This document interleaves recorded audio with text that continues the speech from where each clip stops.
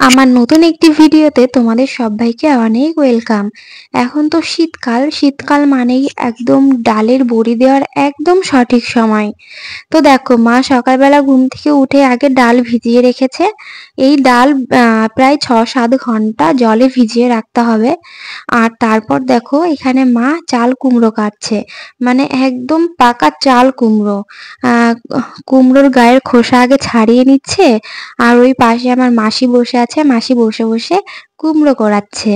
কিভাবে কোড়াচ্ছে তোমাদেরকে দেখায়। এই দেখো, এটা একটা ছিদ্র থালা, যেটা আর কি বাড়িতেই করা হয়েছে পেরেক দিয়ে। এই যে থালার পেছনের দিকটা বেশ ভালো ধারালো হয়, সেই জন্য কুমড়ো কোড়াতেও কিন্তু বেশ ভালো হয়। কুমড়ো কোড়ানোর পর ঠিক এরকমটা দেখতে হয়। এই কুমড়োগুলো একটা ওড়নায় করে নিয়ে তারপর জলে ধুয়ে কোনো একটা জায়গায় ঝুলিয়ে রাখতে হবে, যাতে কুমড়োর গায়ে থাকা যত জল ঝরে যায়। এখন তো বিকালবেলা, 6-7 ঘন্টা ডাল ভেজানোর পর এখন ডাল পরিষ্কার করবে কিভাবে সেটা তোমাদেরকে দেখায়। এখানে দেখতে পাচ্ছ একটা চটের বস্তা, তার উপরে মা ডাল ঢেলে নিচ্ছে। চটের বস্তা যেহেতু একটু ধার ধার হয়, সেহেতু একটু ঘষলেই ডালের গায়ে থাকা যত খোসা সমস্তটাই উঠে আসবে।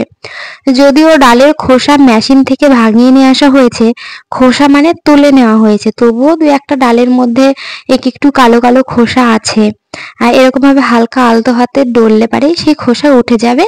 তারপর জলে পরিষ্কার করে ধুয়ে নিলে ডাল একদম সাদা ধবধবে হয়ে যাবে। তোমাদেরকে দেখাই কিরকম কালো কালো খোসা আছে ডালের গায়ে। এই দেখো, কিছু কিছু ডালে এই দেখো এরকম কালো কালো খোসা আছে। এই জন্য এভাবে ডলে নিচ্ছে যাতে সমস্ত ডালের খোসা উঠে যায়।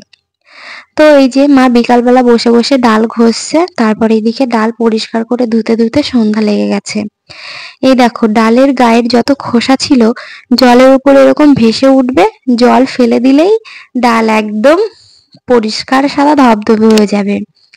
এই ডাল সকালবেলা ঘুম থেকে উঠে মা মেশিন থেকে ভাঙিয়ে নিয়ে আসবে, তারপরেই কিন্তু বড়ি দেওয়া হবে। তারপরে দেখো, কুমড়োর গায়ে থাকা সমস্ত জল ঝরে গেছে। এখন এই কুমড়ো সমস্ত ডালের সঙ্গে খুব ভালোভাবে মিশিয়ে নিতে হবে। আর ডাল আর কুমড়োর পরিমাণটা সঠিক হলে ডালের বড়ি কিন্তু খুব ভালো হয়। দেখো, এখন মিশিয়ে নেওয়া হচ্ছে। এই ডালের বড়ি দিতে কিন্তু, মানে ডালের বড়ি দেওয়ার আগে 2 দিন এর পিছনে প্রচুর পরিশ্রম করতে হয়।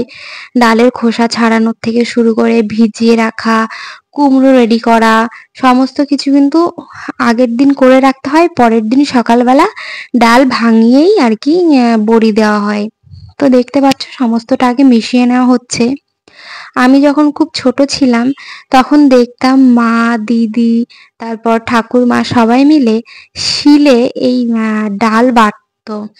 আর আমিও বেটেছি, কিন্তু এখন মেশিন হওয়াতে দেখো কত সুবিধা।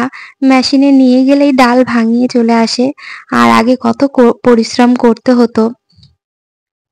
তো যাই হোক, একটু করে ডাল এরকম ভাবে নেওয়া হচ্ছে আর ফেটানো হচ্ছে। যত ভালো করে মাখানো হবে বা ফেটানো হবে, ডালের বড়ির স্বাদ কিন্তু ঠিক ততটাই ভালো হবে। তো দেখো, মা এদিকে ডাল মাখাচ্ছে আর আমি এদিকে বড়ি দেবো।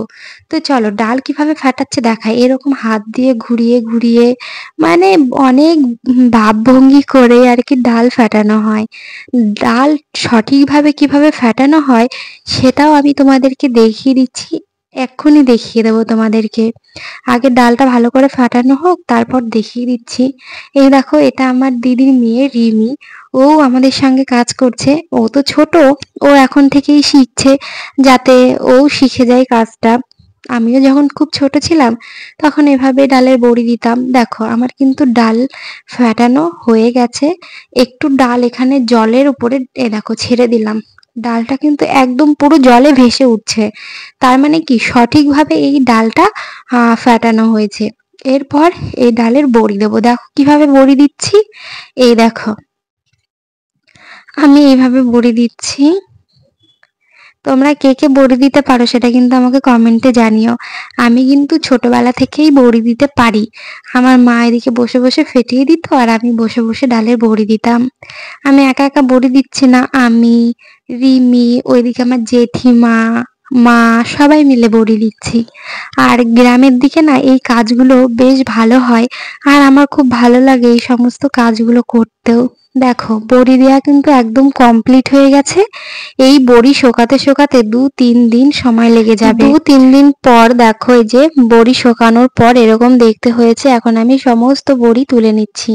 তো তোমাদেরকে দেখিয়ে দিলাম প্রথম থেকে শেষ পর্যন্ত আমরা কিভাবে বড়ি দিই। তোমাদের কেমন লাগলো আমার এই ভিডিওটি অবশ্যই কমেন্টে জানিও। ভালো লাগলে অবশ্যই লাইক কমেন্ট শেয়ার করে দিও। সবাই ভালো থেকো, সুস্থ থেকো, টাটা।